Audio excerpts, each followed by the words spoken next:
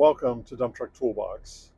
This is Alan, and today we're going to talk about why it's good to have your own truck assigned to you.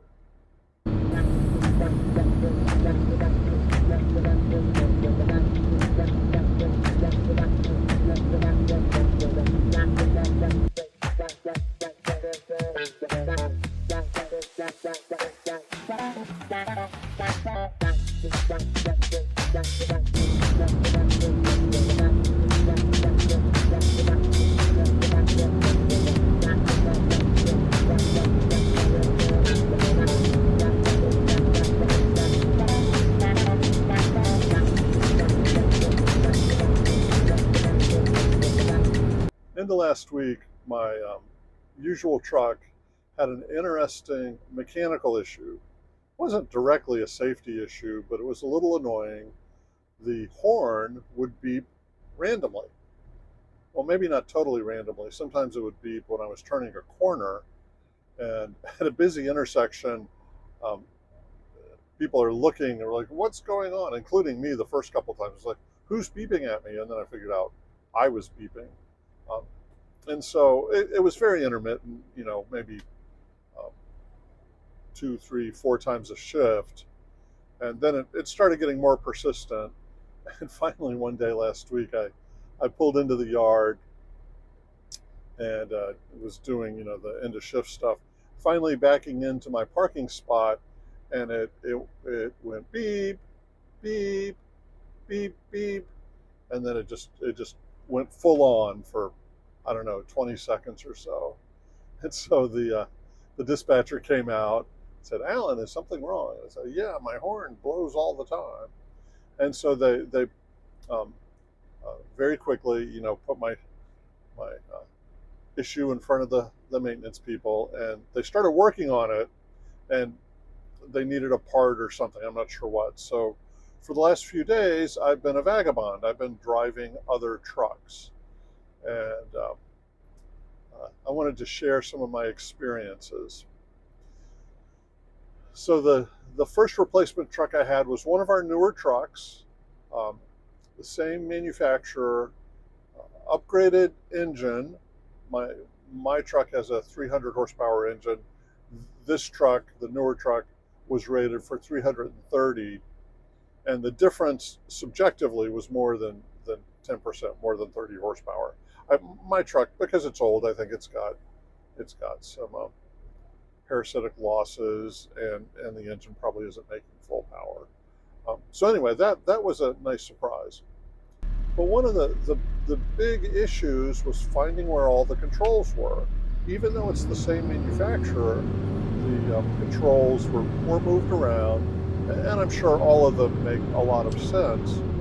But even though it was a newer truck, it wasn't totally new, and so the most commonly used controls, some of them had the key information rubbed off the switches, and so I'm sitting there trying to figure out where are the strobe lights and where's the PTO, and you really need to have the PTO switch, or you can't dump.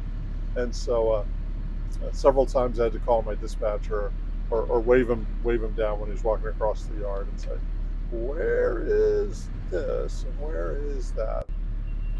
And then on my first couple of runs, um, I had to consciously slow myself down.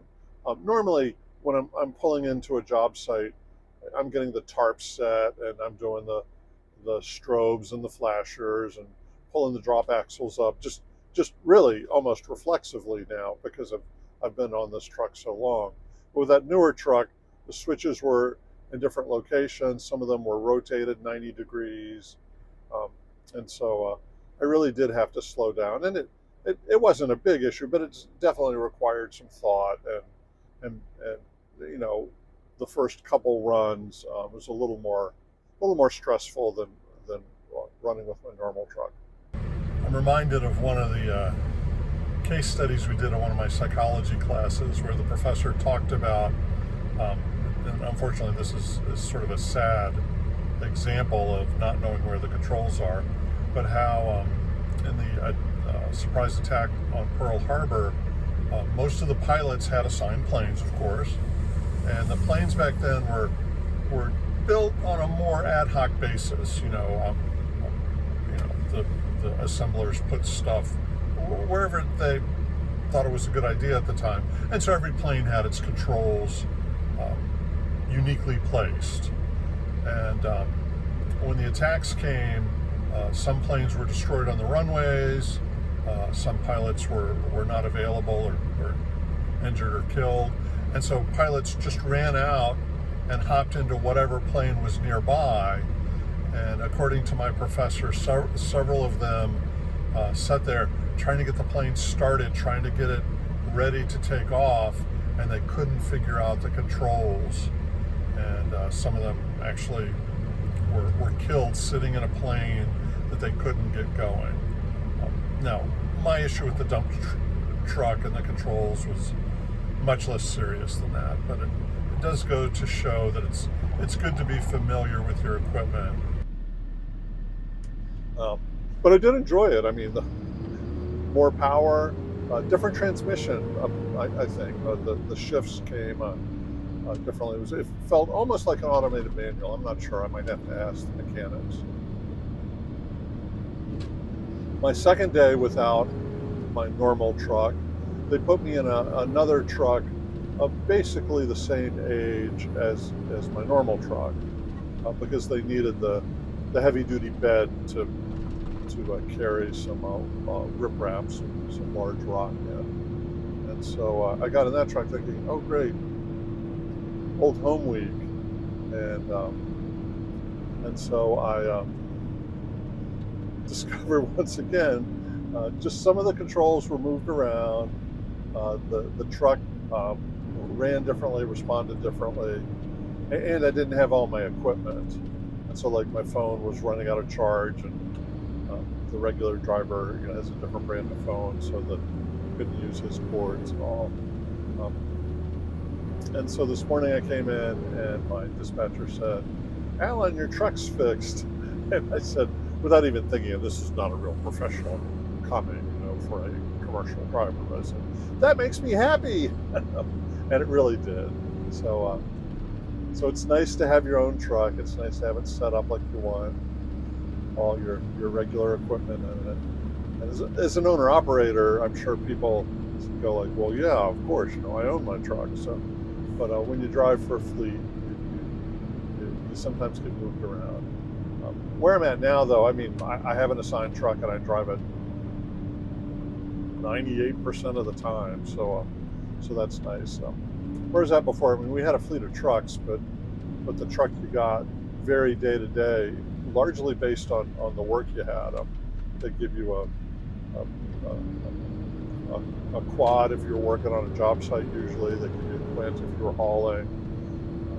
They had steel beds and aluminum beds, so you never knew which truck you were driving, and that got old after a while. You had to carry, at least I had to carry all my equipment around to get it into the truck of the day. So I really like my big orange triaxle, even though it's the second or third oldest truck in the fleet.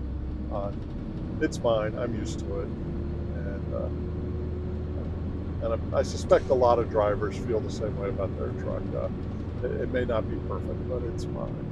Thanks for tuning in to the Dump Truck Toolbox. I really appreciate it.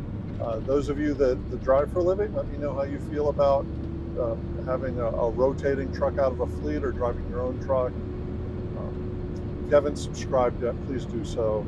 Helps others find our channel, helps you be alerted when new content comes out. And if today's video was interesting or useful, click the like button. And hope to see you again soon. Be safe out there, even if you're driving a different truck every day.